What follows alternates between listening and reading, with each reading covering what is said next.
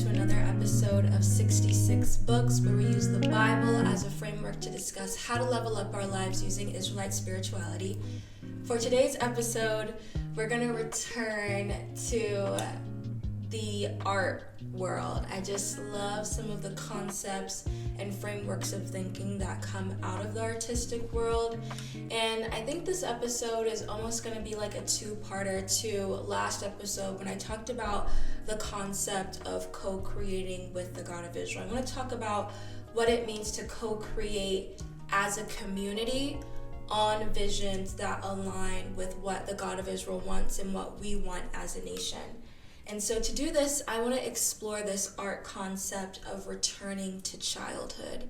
And so this idea of returning to childhood in art is the belief that when we were children, we had the most inhibited form of imagination and creativity possible. And when I reflect on this, I can see why that's said. I mean, when you think about the art that you created out as a child, that was the time when you were like coloring outside the lines, right? And you would use different colors. Like you might draw your mom and your dad and they're purple instead of brown or whatever color they are. Or you might draw a tomato and it kind of looks like a tree. It's just your imagination is on the page and you're just going wild. And it's not until you kind of grow up and you start to see how things are in real life, or an adult is correcting you, hey, try to color outside the lines like this, that you start to almost conform to society and what you see as opposed to what's inside. And so I really resonate with this concept. Even as an artist myself, one thing that I've always struggled with because of the way that I was taught art is the imagination aspect. And so what I mean by that is I have Israel to credit for so much of what I'm able to do, and it was actually Elder Denise from the Atlanta branch that kind of started my art journey for me. I remember, I don't know the exact age, but I remember it was before I had siblings. I was the only child, and I think we used to get together at the homes to do like Bible studies. And because I was so young, I was probably like 3 or 4, I remember she would have these like children's books, and they would have the action, so like run, walk, jump, slide, and she would kind of teach me how to look at the image and then trace the art, or not trace, but to draw based off of what I was seeing. So almost like still art. You see a realistic image and you're trying your best to replicate it with your art. And so because I learned that way, whenever I would create art, it was always looking at something for reference and then drawing. But whenever I was in front of a blank page and I was like, okay, let me just draw something from my imagination, it was like I was stuck. And I still sometimes experience this today where it's like, I don't know what to draw. I don't know how I'm going to get what's in my head on my paper. There are only very small instances where it flows through. And so because of that, one of my favorite art styles to do is actually abstract art. With abstract art, I feel less constrained because I don't have to worry about how exact the art that I'm drawing looks to real life. It's whatever is pouring out of me. And so instead of having a preconceived notion in my head of what needs to come on paper, I just play and I look at color and texture, and my only kind of goal is to make something that's aesthetically pleasing to me. It's very fluid. I mean, it's almost meditative for me when I get into that flow state in abstract art. And so I think it's a really cool idea to apply to even the dreams that we have with the God of Israel, is to get in touch with that childlike wonder. I mean, even some of the greatest artists believe that returning to the artistic styles of their childhood is the best form of art. I mean, we all know Pablo Picasso. So many people are like, man, I could draw that. A 5-year-old could draw what he's drawing. Like, is he really talented? Yes, that man was. I don't know why I've been talking about Picasso so much lately, but Picasso was an amazing artist when he started out. He learned all of the conventions. I mean, he could paint like Rembrandt. He was amazing. But he made the decision to go into Cubism and more childlike art because he felt that it was more explorative. There were more things to uncover. I think there's a famous quote by him, and I'm going to butcher it, so I'll just kind of put it on the screen. But it essentially is saying like it took him a year to paint like Rembrandt, but it took him a lifetime to paint in this abstract form, because it is a process. It is a process to figure out how to deconstruct the barriers that we place on ourselves. And so, jumping off of this idea of co-creating with the God of Israel, I want to talk about the ways that we can unlock the barriers that prevent us from working together as a community to co-create with the God of Israel on the dreams that we have for our nation. And so I want to use this art concept as an exercise for us to kind of strip away those boundaries and see how we can be better artists in our lives. So the first concept I want to talk about in the return to childhood concept in art is psychological exploration. A lot of artists, when they employ the strategy of returning to childhood, will naturally use it to explore traumas, experiences, parental relationships, familial relationships within their own childhood, because you're kind of looking back in the hindsight. And there's even a famous French-American artist that I recently just learned about, Louise Bourgeois. I hope I'm saying that right. But she has an artwork that depicts a spider, and it's called maman, which is the French word for mother, I believe, and it explores her relationship with her mother. So thinking about that protection aspect linked with fear, it just kind of allows her to explore her childhood experiences. And I love this idea of exploring, but not in the sense of us exploring ourselves, but also getting to know, like genuinely getting to know and getting curious about our brethren. I believe that when we take the time to get to know people, we get a better understanding of their why. And so when we formulate goals that seem impossible, right? The one goal that's just in my mind, because by the time this is released, I think we'll kind of be in the Feast of Dedication, Pentecost area. Like the goal that's in my mind in the scriptures I've been reading a lot about is the temple. Like, how are we going to go about building the temple that our God deserves? It feels like such a huge task, and I know, very similar to a lot of us Israelites out there, I know a lot of us are probably wondering, like, will we see this happen in our lifetime? But I think when you have such big goals like that, it's important to get to know each other, to understand each other's why and what motivates and inspires us as Israelites, as human beings, as servants to the God of Israel, so that when we do formulate those goals and work towards that shared vision, it can touch each person, right? And move them to make the big leaps required to be successful. And this idea of, or not this idea, but this, I don't even know what to call it, but this takeaway, this number one takeaway, I guess, that I'll share is I think it's really important for us to get curious about each other. Within the last year or two, I think it's so interesting to even talk to people within different branches, because one, you start to realize like, oh, like we're going through the same thing, like we're going through the same challenges, and I had no idea. Like you get that sense of camaraderie, right? Like a sense of belonging and community. But also you get to understand what is happening in other branches. And if there are already solutions to the problems that you're experiencing or the goals that you're working towards that they've found and you just didn't know about because you haven't been talking to your brethren. And I want to share this expert from the Harvard Business Review. You guys know I'm crazy about Harvard Business Review, HBR. I read their articles as well. And there was this really good expert from an article about the 8 ways to build a successfully collaborative team. And I want to read it here now. So I'm going to put it up on the screen. But in HBR, it talks about the importance of investing in supporting social relationships, because it creates this term that they call a gift culture. And it's not what you expect. This gift culture isn't like, I'm going to give you $100 to incentivize you to collaborate with your teammates.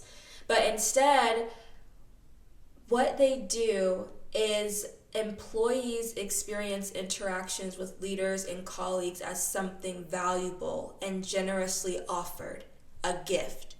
And so thinking about Israel in that same framework, right?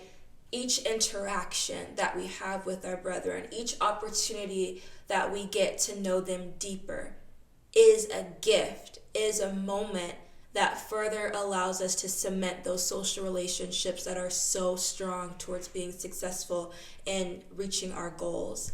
I mean, unity, right? Like Pentecost is coming. We understand the importance of unity as a nation. But how easy is it to be unified with people you don't know? How easy is it to work towards common goals with people that you do not know? I think that's why our spirituality is such a huge thing, because it allows us to have those opportunities to get to know each other, to be unified, even in a spiritual sense, when we don't have the opportunity to talk to each other each and every day. And this idea is validated in this HBR article. I'm going to read something else that I thought was really interesting, but it said some of the top companies that are really successful in building collaborative teams also have what they call signature practices. And so these practices are memorable, difficult for others to replicate, and particularly well suited to their own business environment. And when they do this, it allows for complex collaborative teams to be productive in an innovative manner. And when I think about these signature practices, immediately I think about the spiritual routines, holy days that the God of Israel has given us. New moons, Sabbaths, feasts are all unique signature events that we participate in as Israelites that allow us to connect with each other on very deep levels.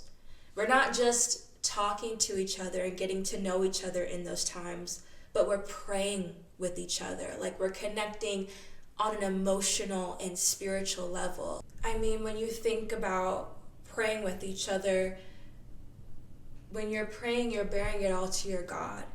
And so as a result, the brethren that are there to support you get to hear your deepest thoughts, the challenges that you're going through, the accomplishments, the praise. They're able to see what's going on in your life by what you articulate. And so I think this is a huge advantage that we can continue to build on when it comes to working together to co-create on the visions that we have with our God. Because when you connect with people, it's motivating. Like, I just think about a school project. Like, everybody always want to work with the people that they know. Like, if you're best friends in the class, you clearly want to do a project with them because you know it'll be easier. There's like an ability to be more vulnerable. You can be more honest about your thoughts. You can be like, hey, I'm tired. I'm going to get to this in the morning, and not have to worry about, are they going to think I'm a slacker? Because they know you. They know you're going to get it done, even if it's going to be 3 a.m. the day that it's due. You know what I'm saying? Like, there's that rapport that's built. I even think about, I've shared this before, but my experience as an RA, something we used to do is we would have one-on-ones with our residents just to kind of have an update on what was going on in their lives. And I always noticed is right after those sessions with the residents that I really connected with, that rapport extended so much. Like, now when we passed each other in the hallways, we're talking, we get to know each other. When they would have problems, they were more apt to bring it to me. Before, there was hesitancy, right? They would keep it all inside. But I would notice right after I'd have my one-on-ones, that's when, like, hey Rachel, can we talk, would come up the most. And even when I would have to blast messages to give them updates on things that were going on in housing, like the ones that I had connected with the most recently would interact, would reply. So getting to know people and genuinely being curious about them goes a long way. Like, people want to be known. They want to be loved in this world. And so I think extending it to our brethren is a huge advantage, is a huge concept we can pull from returning to childhood to allow our dreams to happen in in a more easier manner. And so I want to expound on this concept by going to our first scripture. Again, it's so hard not to choose from the books that I've already gone through, but I think David is just such an excellent example to pull from. It's only a small portion. I feel like I'm going to go back to David's story again sometime soon. But again, the temple has been on my mind lately, especially as we had the feast of dedication in the altar. And I think, this scripture that I'm going to share, so just an excellent example of how you co-create on the visions that the God of Israel has for our nation and allow yourself to execute them.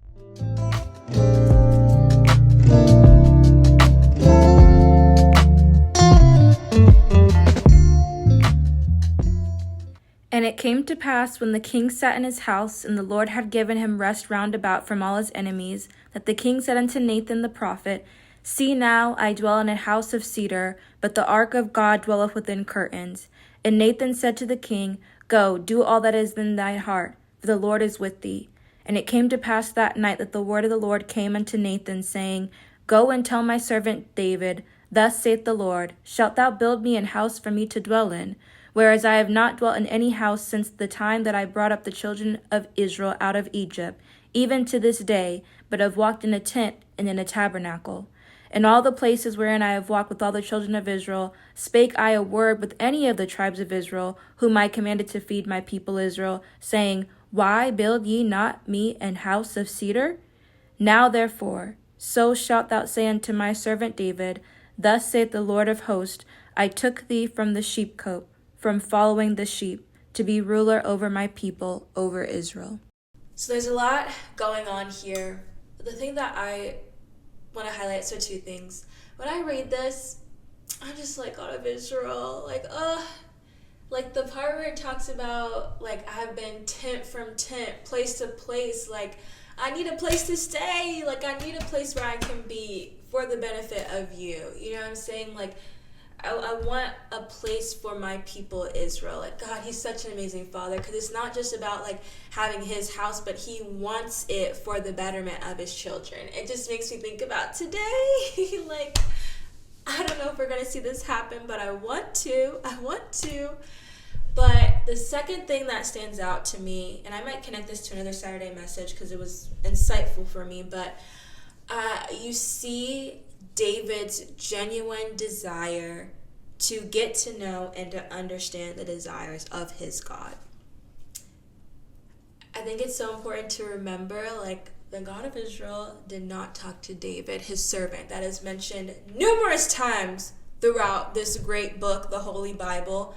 He did not communicate with him directly. David had to inquire of him, seek after him through Nathan, to get communication from the God of Israel. And so, again, I'm talking about a community standpoint of getting to know your brethren, but I think this is a great example of the importance of continuously getting to know each other when we're working on shared visions. Like, the thing that I love about David is his relationship with the God of Israel continues to evolve. From a young boy, he was very strong in his values and his loyalty to our God, the God of Abraham, the God of Isaac, and the God of Jacob. But it doesn't just stop there. Like, he doesn't become a king and then be like, okay, I'm going to show up to, New Moon Sabbath, do that, and then, God of Israel, you know my heart. Like, I don't really have to pray to you. Like, he continuously seeks after him.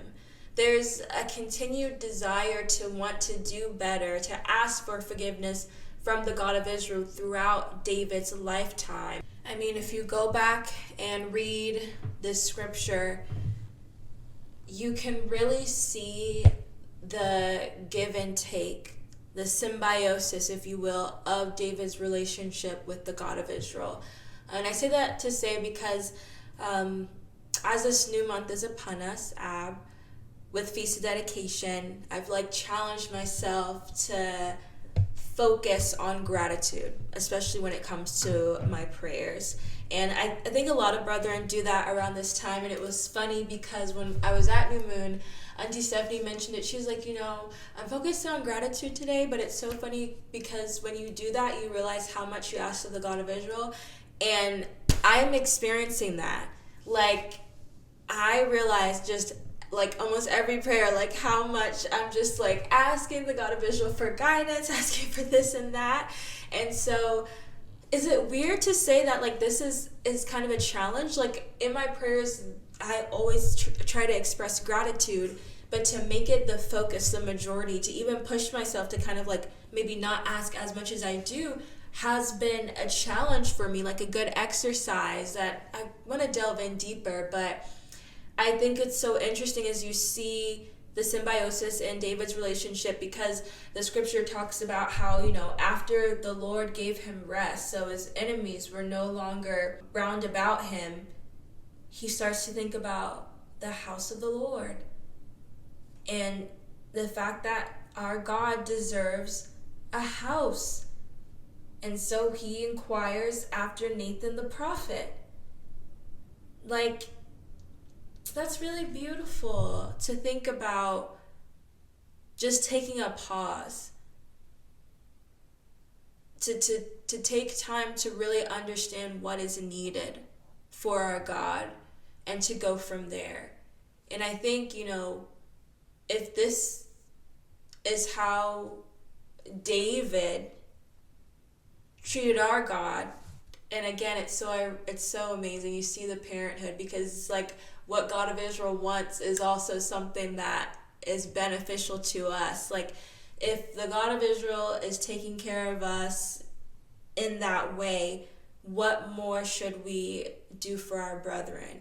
Taking the time to get to know each other, to get to know each other's desires and wants, and to see how that can all come together and be aligned towards something for our God. And so another thing that I want to point out is, again, I never like to make things seem easier than they are. A lot of the things that we have to do to either return our nation to its former glory or beyond that takes a lot of work. And so it brings me to my second concept in this return to childhood, which is nostalgia and sentimentality. Hope I said that right.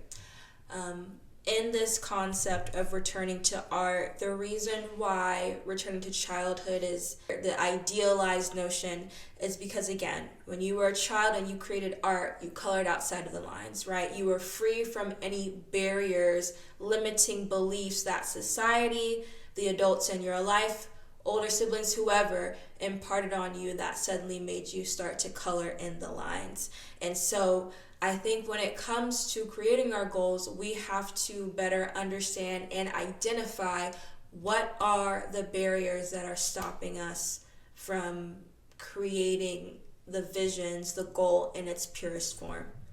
And so when I think about dismantling barriers, I think about the different types of barriers. There's a lot. There's, number one, limiting beliefs. So the beliefs that either you acquired from some of the hard, difficult experiences that you've had in your life, or from society, or from your parents, just any belief or story that you've placed on yourself that is limiting you from achieving it.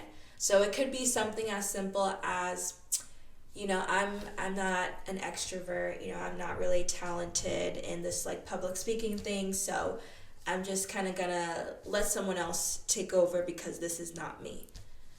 Of course, you have the ability to decide, what are your strengths and weaknesses, but I think it's important to remember that you can change your story.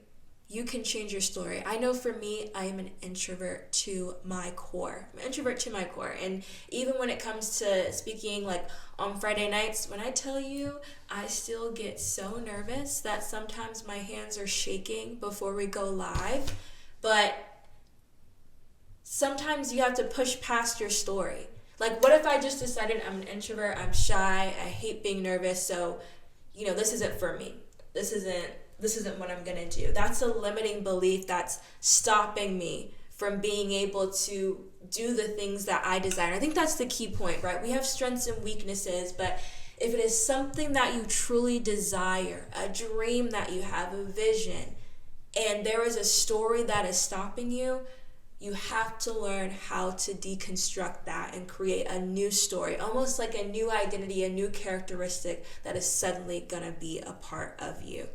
For me, I'm still learning ways to push past that limiting belief barrier. But for me, the solution is always just do it. Just run in head first and do it. And typically, after you complete it, you'll realize that it's not as bad as you thought it was going to be. That's always my thing. It's like, I'm nervous. I don't want to do it. I will prepare as much as possible so I can have the best sort of situation to allow this to occur. So if it's a Friday night, I got my notes right here written out and maybe even some phrases to look at to go. But I'm just going to sign up for it. And you've committed to it, so you know you're not going to back out and jump in there. Like, those are examples of ways you can dismantle some of your limiting beliefs. Of course, you have fear of failure. I know, again, that's something that I struggle with, this paralyzing thing where you don't even start to work towards the dream because just all of the fears start to hammer in on you. I think that's something that can occur a lot when you're working together as a community towards something. We each have our own experiences and therefore fears. But I think one of the most powerful questions or solutions towards dismantling those fears is why. Understanding why that fear is, and then brainstorming together how we can address that fear. That has happened to me so many times in meetings for Israel, working on different events and projects. I, myself, or other brethren will bring up a fear, like, what if this happens, or what about this challenge? And the leader or whoever will pose it to the group, and we work together to figure out solutions to that fear. So again, I think that's a really great example about how you can move past those barriers. And when it comes to barriers in general, I think one of the biggest things you can do to combat fear, limiting beliefs, perfectionism, is to employ a safe to try environment. This is, again, why abstract is my favorite form of art, because I feel safe to try different things, and I know that there's no picture or real life image that I'm looking to compare to see whether or not I completed it, whether or not I was aligned. With abstract, there's nothing to compare because I'm just throwing paint down, and so I feel safe to explore. I feel safe to mix colors and to try out paint, and I think we can apply that same mentality to our life, is to, instead of letting fear paralyze us, to again, just like we get curious with our brethren, to get curious with the process of working towards the goals that we need. Instead of being scared of all the things maybe that we have to do to get this temple, let's get curious instead. Let's just start off with researching. Instead of thinking about the insurmountable things, maybe we can research, talk to other people, do case studies to see what other groups have done to get theirs or to get funding. Like, I think that's such an excellent approach, and I'm gonna call my mom out here just a little bit, just because I think it's an excellent example. But we have some art. You actually might be able to see some of it in the background that we have hanging, and my mom made the art herself with sort of, it's abstract art, so she created it. And it's funny because I remember when she first created it, I think there were about 3 or 4 pieces that she created it, and I love to look at all 4 of them together because I can see the progression of her letting go through each art piece. The first art piece, I don't think we hang. It was like a blue one that we were playing around with in the basement. I think that was the scenario. And when I looked at it, she's like, "What do you think?" And I was like, giving my honest opinion. I was like, it kind of feels like you just like took a paintbrush and kind of just went over the canvas, just like did some swipes and call it a day. Like, I was like, you need to play more. Like, you need to play around with texture, like bend the brush this way, get a paper towel, crumple it up and put it in paint and dab this way. Like, play more with texture. And so it's funny because as I like talked to her about this, she was saying like she kind of struggled to like let go with abstract art. But I was so proud of some of the final pieces that she did because they ended up beautiful, but I can see that she got more playful, that she started to let go of whatever was inhibiting her, and it allowed her to create something beautiful that was resonating. And so I think this idea of being playful, allowing yourself to have a safe space to try new things together as a community, and being curious instead of fearful are really great ways that we can work towards building or working towards creating the visions of our God that may seem so daunting and huge tasks. And so I want to transition into the third aspect of return to childhood that I think we can also apply to our lives. And I think we really already do when it comes to co-creating on the visions that the God of Israel wants us to, see realized. Is, okay, we're going to return back to nostalgia, the nostalgia aspect. When you are returning to childhood, and this kind of goes back to psychological exploration as well, but there's like a longing for the simplicity of your youth. I think we've all experienced that. That's what nostalgia is. It's like when a 90s cartoon will show, or early 2000s, like for me, like Rugrats, Totally Spies, Berenstain Bears, Arthur. Like sometimes when I'm having a really hard time, like at work, or it's really busy, I do put on cartoons just to I think it's like a form of comfort for me to just kind of like feel the innocence, the laid backness of my youth, when the only thing I had to worry about was maybe homework or what I was going to eat that night. But this idea of looking to the past, I think, is so important. And we argue as Israelites, look to our history, our heritage, to learn from the mistakes of our forefathers, of those before us, or to employ those same strategies to be successful, An aha moment that I had, just again reflecting on more things I wish I could have said in my last episode, was we talked about Jehoshaphat, right? And his first instinct was to seek after God in that time. I realized that in times where the situation was dire and the task was daunting for Israel, one of the biggest tools that we use is we not only seeked after the God of Israel first, but we came together as a community and we prayed and fasted. I see that in the story of Jehoshaphat. I see that in the story of Queen Esther, Hadassah, and Mordecai. I even see that in the story of Jonah. As soon as they figured out, or as soon as the king learned just how wicked they had been, his goal was to call a fast for the people under his reign to repent for their sins.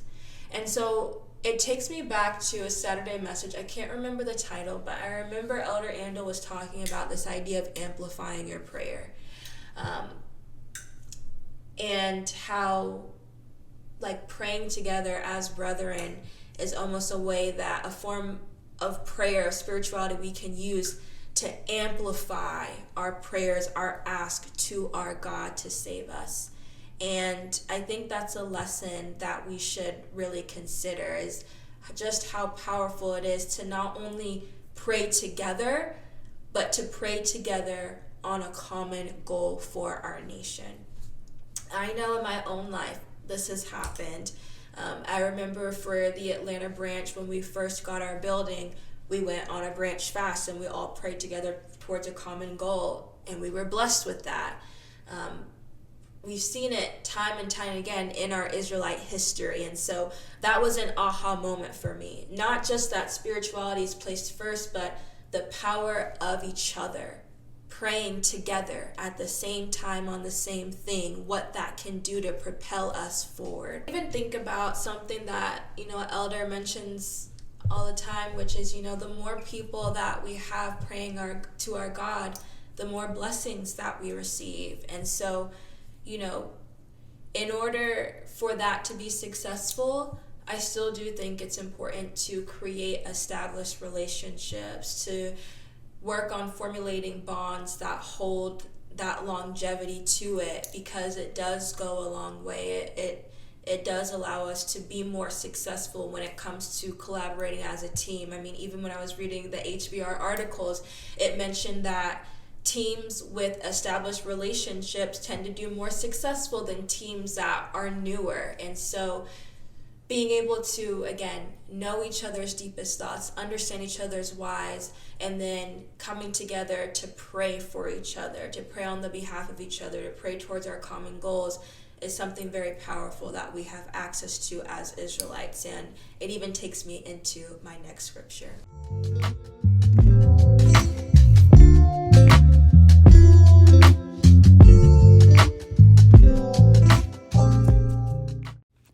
And the king said, Is there not yet any of the house of Saul, that I may show the kindness of God unto him? And Ziba said unto the king, Jonathan hath yet a son, which is lame on his feet. And the king said unto him, Where is he? And Ziba said unto the king, Behold, he is in the house of Machir, the son of Amiel, in Lodabar. Then King David sent and fetched him out of the house of Machir, the son of Amiel, from Lodabar. Now when Mephibosheth, the son of Jonathan, the son of Saul, was come unto David, he fell on his face and did reverence. And David said, Mephibosheth. And he answered, Behold thy servant. And David said unto him, Fear not, for I will surely show thee kindness for Jonathan thy father's sake, and will restore thee all the land of Saul thy father, and thou shalt eat bread at my table continually. So again, I love this scripture. Again, this is what I was talking about. I think earlier when I was saying, like, in these scriptures, you see David go through a really reflective moment in his life. And I think it's so beautiful how his relationship with Jonathan, who is his ace, right? His day one, his best buddy, even though his dad was acting funny, how he remembered that relationship and he wanted to return something on the behalf of that established relationship that he had with Jonathan to his son, who was lame. I mean, if you read down further, it says as for Jonathan's son, he shall eat at my table as if he's one of the king's sons. I think that's so heartwarming. And later on in the other chapters, you see David does it again with more people that kind of helped him along his journey, just trying to return the favor to their sons or their family. And some of those are not, accepted or taken for what they could have been. But again, it highlights to me this unity aspect, the importance of unity, especially as we go into Pentecost. And just, I think about this even as a youth in the nation, so much has been poured into me since I was a young girl.